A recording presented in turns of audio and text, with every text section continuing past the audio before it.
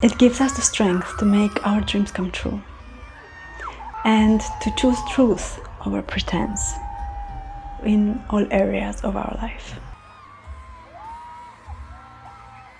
This is not a concert vlog. This is my perspective and experience at the BTS concert in Brussels. Some of you are here on this channel because you are ARMY, so this video is mostly interesting to you. And for those of you who follow me for the perspectives I share, this video is relevant because of such perspectives, even if you don't know or don't care much about BTS. I deliberately stepped into the BTS rabbit hole 3 years ago, following the intuition that their message and their radiance would enhance my perspective on life in general. Also spiritually, somehow, because it's just how I look at things. I did not expect the actual transformation that I experienced while attending their concerts in Brussels and London. It left me shattered to pieces, and by the time this video is out, I am reconstructing my no longer so well-established identity, especially at the spiritual level. It really feels like starting life all over again as I'm approaching 50s. And now I get to actually decide my values, my aspirations, and expressions of who I am from within, rather than copy-paste them from external, inspirational people on top of inherited self-canceling patterns. That's a cocktail.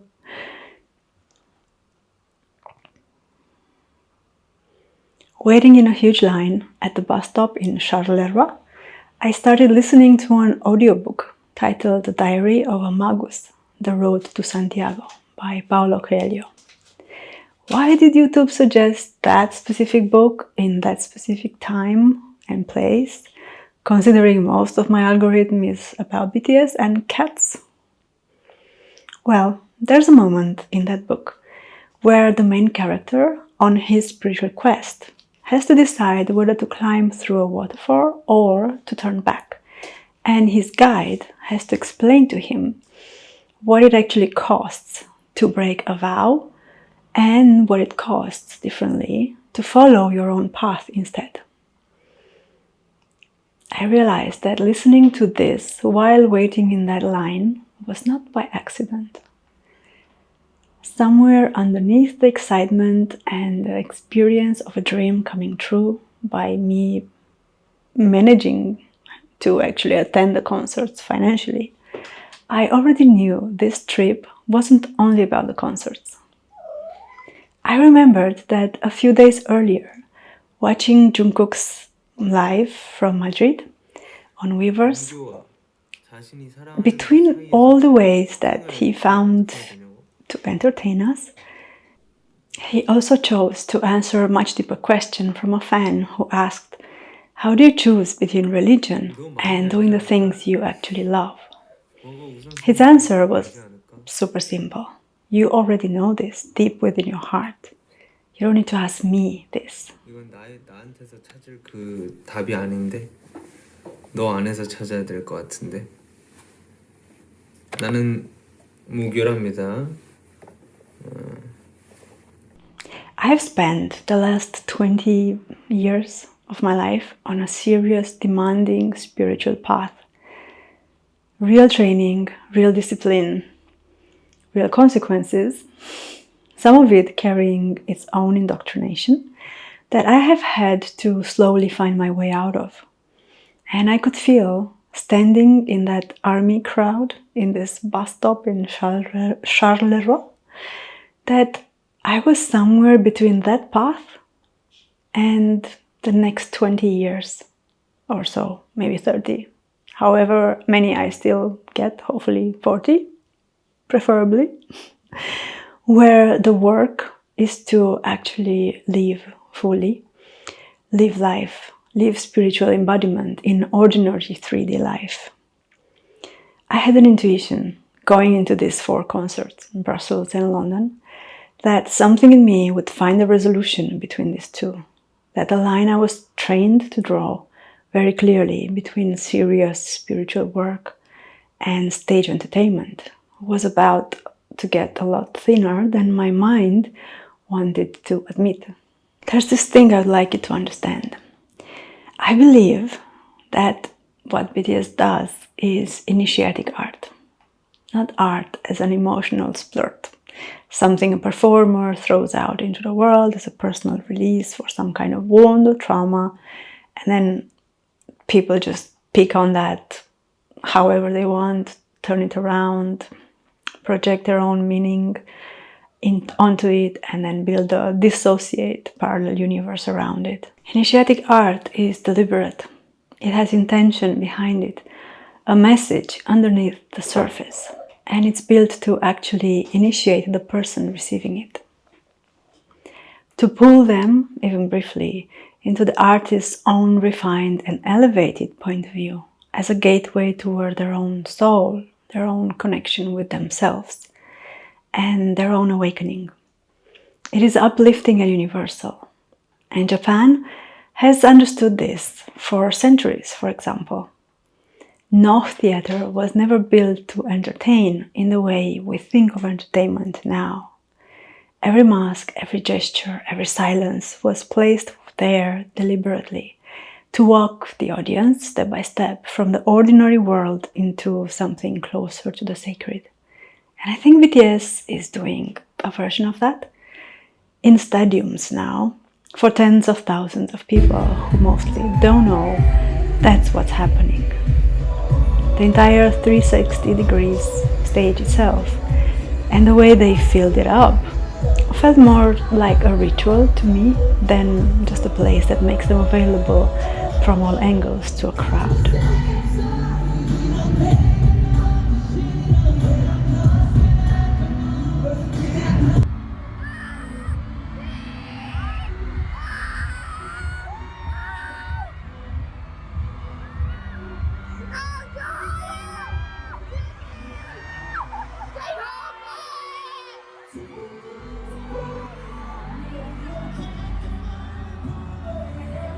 Down with past life, then past life, dust flashlight, smoke black night, you see that right?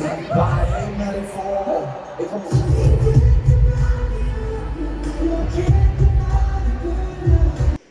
Something else happened in Brussels that had nothing to do with the stage, and it might be the part that I care a lot about. A few months ago, a former high school classmate reached out to me 30 years since we had last spoken, because a mutual friend told her I love BTS. I just got a message from her out of the blue. Hi, I heard you're an ARMY.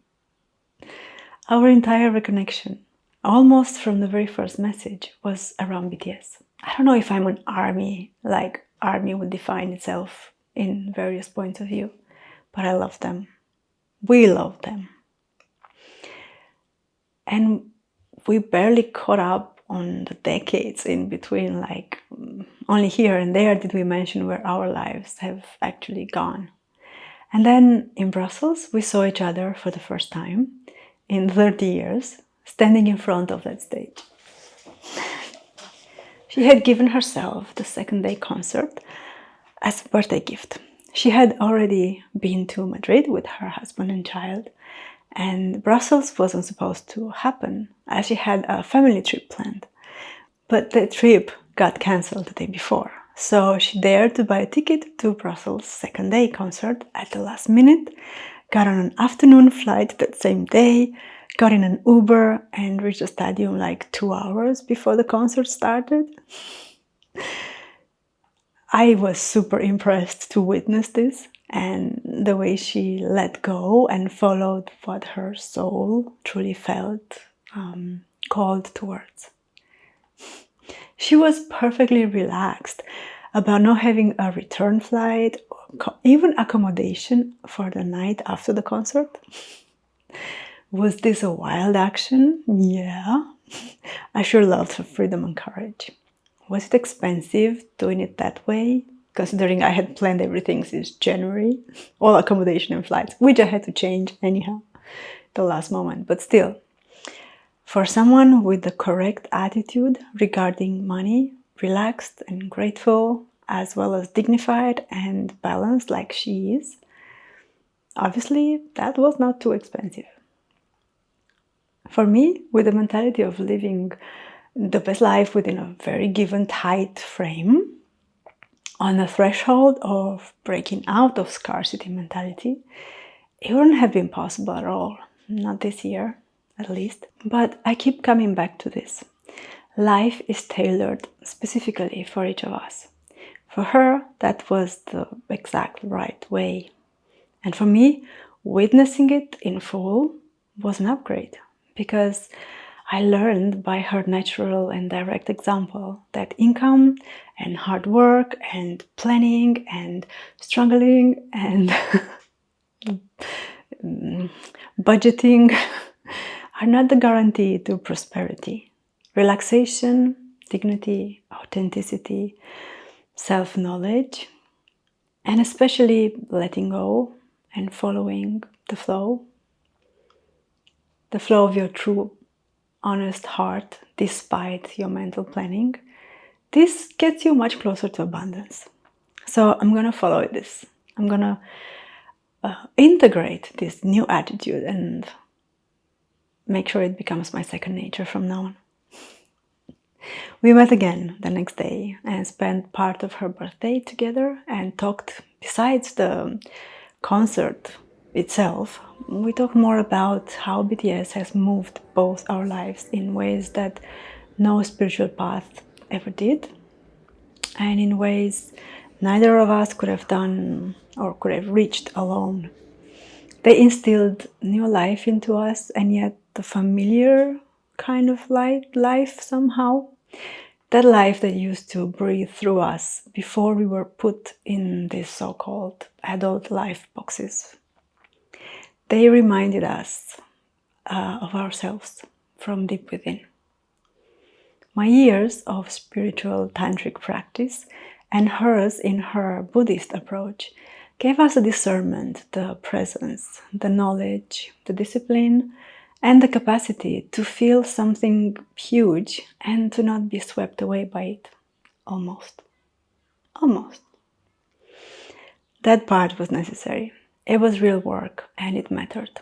But actually living fully in the body, in ordinary life, with a lot of chores and responsibilities, in how I relate to something as basic as money, that's only just beginning for me right now. And it's beginning through this. The gap I mentioned earlier between the deep path and the ordinary life, it's narrowing. And that, besides because of what BTS sings about, it is more because of how they are, of who and what they are, and what they share about the way that they are.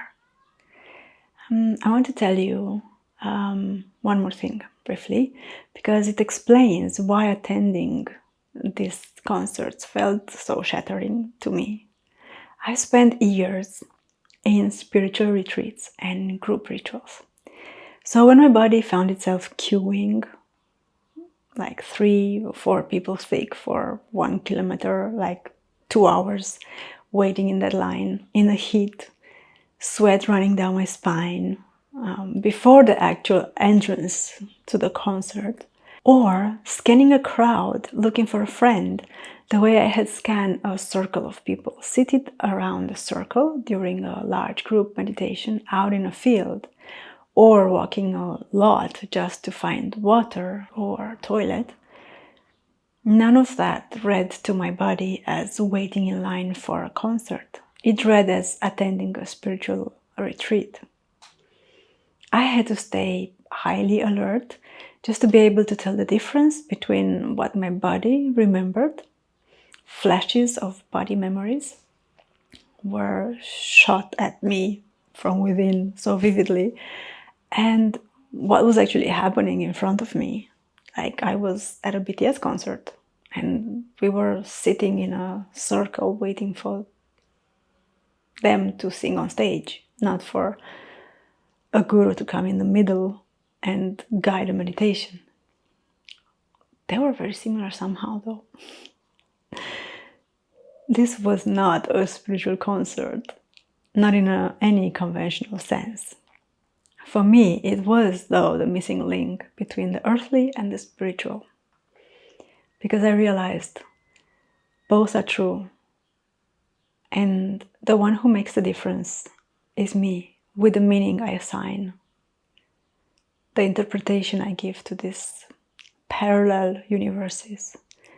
And it is up to me to keep them separate or see them more like parallel universes mirroring each other rather than never touching each other. Well, that makes them less parallel and more just pure mirroring each other. Anyhow, in general, Brussels showed me what chaos actually means. There was police assistance available everywhere. The city authorities made huge, great efforts to welcome army and to make sure they got home safe by extending metro night closing hours and doubling trains and buses, and yet it was still somehow a complete mess. The first day concert delayed due to lack of internet at the stadium and improper functioning of ticket scanning. Everyone herded towards 2 stations of the same one metro line, packed with army. I am as crowd avoidant as an INFJ person can be.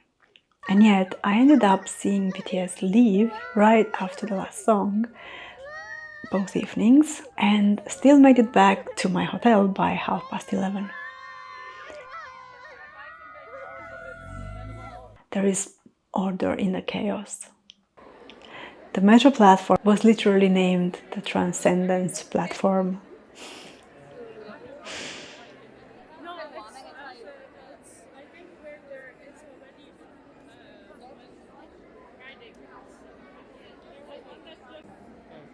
And that's exactly the state I was in, surfing the crowd while somehow staying apart from it. Some things in life are free.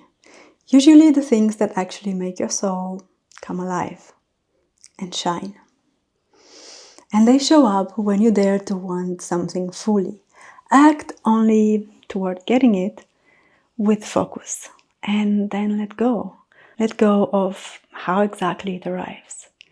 Going with the flow means something different to me now. It was never about it was meant to be, or let's see where this takes me. No, but it is more about what you actually consciously choose to expect out of everything that could happen, of all the possibilities.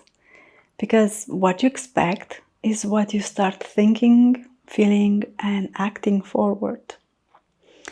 The tighter you grip on the how, the more you choke its own manifestation.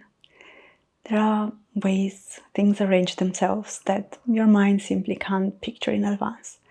And holding on too hard is what blocks them from finding their shape. This is how I ended up unexpectedly close to them both nights.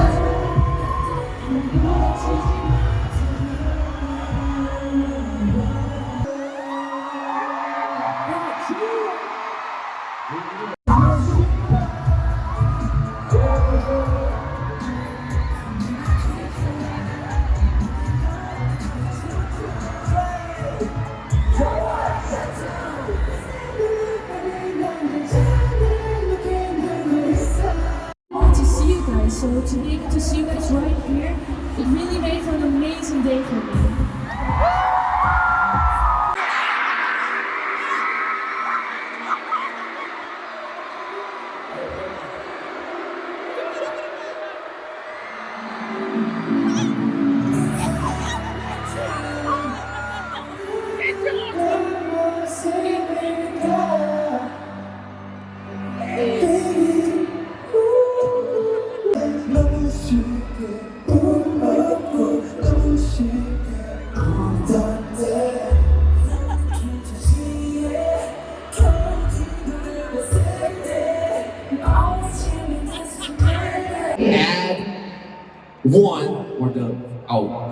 I can add one more to the list.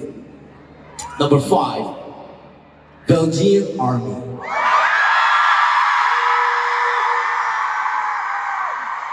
Belgian Army knows how to go crazy.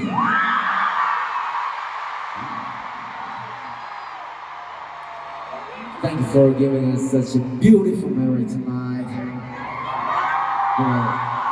And truly touched me. Wow. Thank you, Brazil.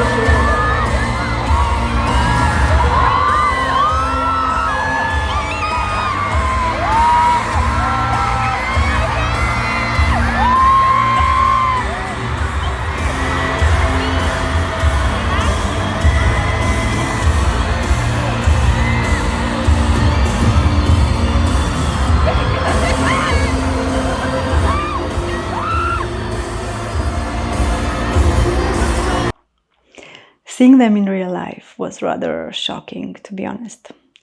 Not only are they more charismatic, more beautiful, more shining in person, they are more human. They seem to me like the perfect human living example, like a perfect human living a perfect spiritual life.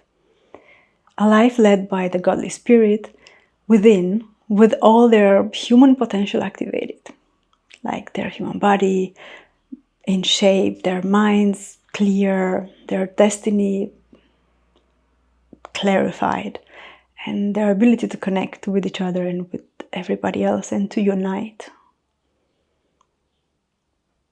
There's so much beauty in this. And their team is just as impressive. I got a chance to watch the dancers coming on and off stage, preparing for the next act.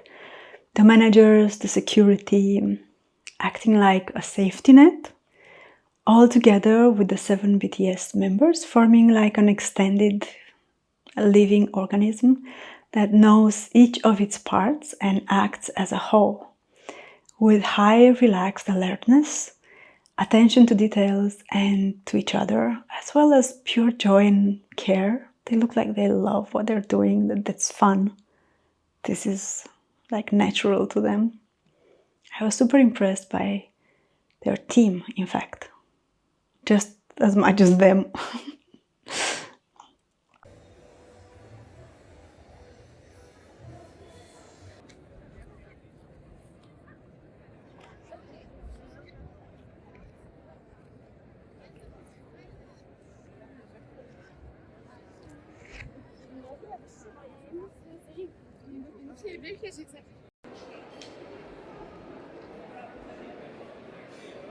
On my way to the station, leaving Brussels, a thought told me to buy some water to have with me on the train to London.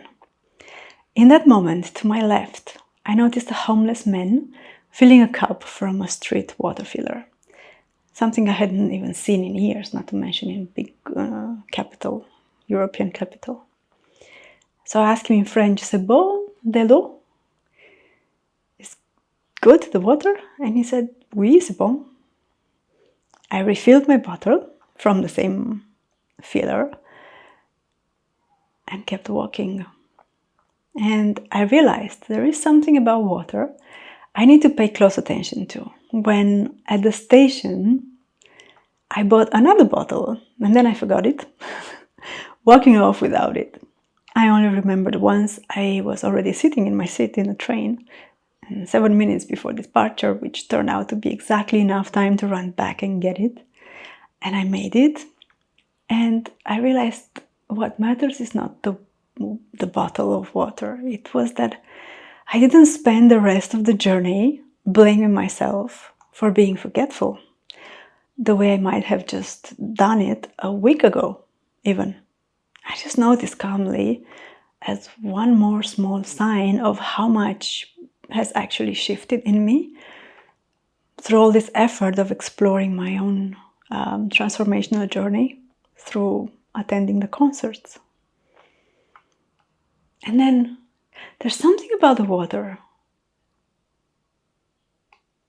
because then once I was sitting on that train towards London, my BTS sister sent me her own way of seeing something about Jimin, the one who impacted her the most. Picture two thirsty people looking for water. One of them digs patiently, effort stacked on effort, going deeper and deeper until they finally strike the source. And when they find it, they know exactly what it is and why it is there. The other doesn't dig at all. They simply are the spring, water rising to the surface on its own, without conscious labor. When the one who dug the well finally stands close to the spring, what they feel isn't admiration, it's recognition. It's the same water they've been searching for all along, only here it moves freely without the digging. She used this metaphor to express she felt she recognized Jimin's soul. I know this is connected to everything else I've just shared with you. The same water that revived something in me. The same water BTS keeps pouring through what they make and what they share, who they are.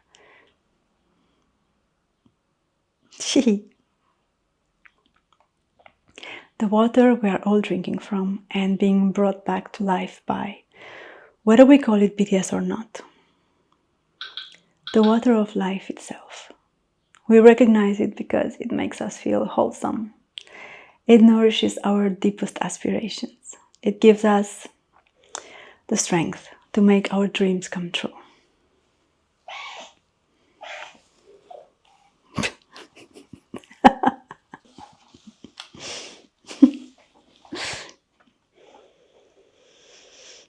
Like I said, it gives us the strength to make our dreams come true and to choose truth over pretense in all areas of our life.